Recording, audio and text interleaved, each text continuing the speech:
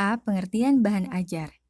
Bahan ajar adalah segala bentuk bahan yang digunakan untuk membantu guru atau instruktur dalam melaksanakan kegiatan belajar mengajar di kelas. Bahan ajar adalah seperangkat materi yang disusun secara sistematis, baik tertulis maupun tidak, sehingga tercipta lingkungan atau suasana yang memungkinkan siswa untuk belajar. Bahan ajar merupakan salah satu komponen sistem pembelajaran yang memegang peran penting dalam membantu siswa mencapai kompetensi dasar atau tujuan pembelajaran yang telah ditentukan. 1. Pengertian bahan ajar menurut ahli. Menurut Prastowo tahun 2012, bahan ajar adalah segala bentuk bahan yang digunakan untuk membantu guru atau instruktur dalam melaksanakan kegiatan belajar mengajar di kelas. Menurut Ali tahun 2012, bahan ajar juga dapat diartikan sebagai informasi, alat, maupun teks yang diperlukan atau digunakan guru untuk merencanakan dan menelaah implementasi pembelajaran. Menurut Panen tahun 1995, bahan ajar adalah bahan atau materi pelajaran yang disusun secara sistematis, yang digunakan guru dan siswa dalam proses pembelajaran. D. Menurut National Center for Competency-Based Training tahun 2007, bahan ajar adalah segala bentuk bahan yang digunakan untuk membantu guru atau instruktur dalam melaksanakan proses pembelajaran di kelas. Berbagai sumber dapat kita gunakan untuk mendapatkan materi pembelajaran dari setiap standar kompetensi dan kompetensi dasar.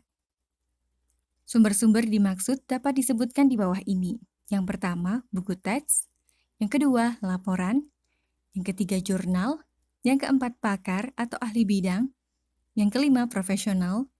Yang keenam, buku kurikulum. Yang ketujuh, penerbitan. Yang kedelapan, internet. Yang kesembilan, berbagai jenis media audiovisual. 2. Unsur-unsur bahan ajar. Terdapat 6 komponen yang berkaitan dengan unsur-unsur tersebut.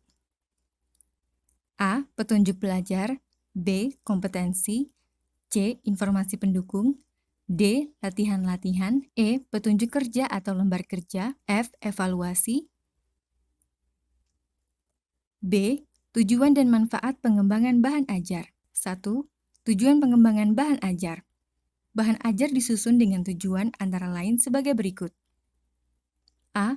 Menyediakan bahan ajar yang sesuai dengan tuntutan kurikulum dengan mempertimbangkan kebutuhan peserta didik.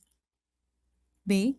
Membantu peserta didik dalam memperoleh alternatif bahan ajar di samping buku-buku teks yang terkadang sulit diperoleh. C. Memudahkan guru dalam melaksanakan pembelajaran. 2.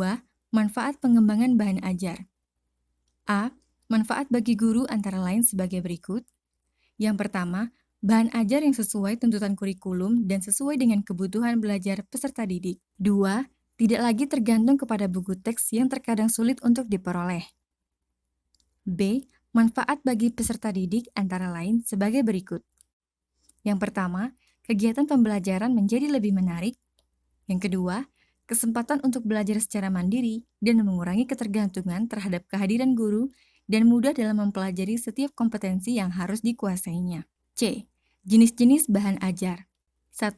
Bahan ajar atau visual terdiri atas bahan cetak atau printed seperti antara lain handout, buku, modul, lembar kerja siswa, brosur, leaflet, wall chart, foto atau gambar, dan non-cetak atau non-printed, seperti model atau maket.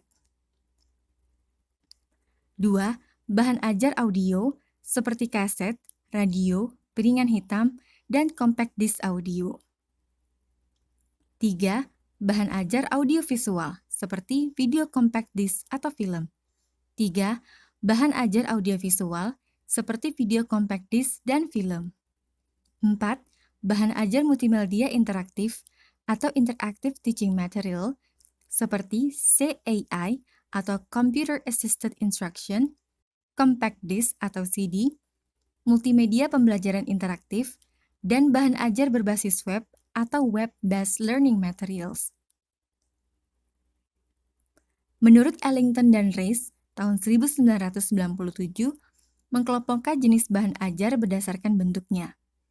Mereka mengkelompokkan jenis bahan ajar tersebut ke dalam 7 jenis. 1. bahan ajar cetak dan duplikatnya. 2. Bahan ajar display. 3. Bahan ajar display. 4. Bahan ajar audio. 5.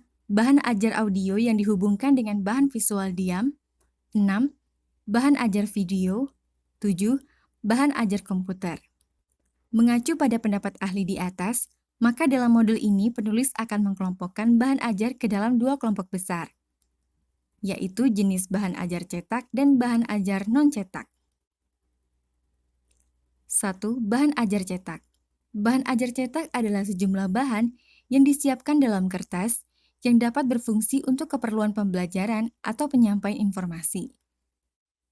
2. Bahan ajar non-cetak.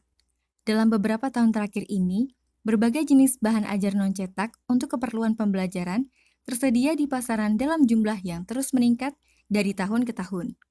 Di antara jenis bahan ajar non-cetak ini, di antaranya adalah bahan ajar berbentuk program audio, seperti bahan ajar display, overhead transparencies atau OHT, atau audio program, video, dan komputer.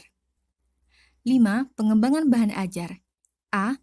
Mulai dari yang mudah untuk memahami yang sulit, dari yang konkret untuk memahami yang abstrak. B. Pengulangan akan memperkuat pemahaman. C. Umpan balik positif akan memberikan penguatan terhadap pemahaman peserta didik. D. Motivasi belajar yang tinggi merupakan salah satu faktor penentu keberhasilan belajar. E. Mencapai tujuan ibarat naik tangga, setahap demi setahap, akhirnya akan mencapai ketinggian tertentu. 6. Pengembangan kurikulum 2013. Kurikulum 2013 menekankan pada pengembangan kemampuan dan keterampilan serta aspek karakter dalam melakukan tugas-tugas dengan standar performansi tertentu, sehingga hasilnya dapat dirasakan oleh peserta didik, berupa penguasaan terhadap seperangkat kompetensi tertentu. Berdasarkan pengertian-pengertian tersebut, dapat disimpulkan bahwa kurikulum merupakan landasan yang digunakan pendidik untuk membimbing peserta didiknya ke arah tujuan pendidikan yang diinginkan, melalui akumulasi sejumlah pengetahuan keterampilan dan sikap mental. Arus pola inilah yang dikembangkan dan ditekankan dalam kurikulum 2013.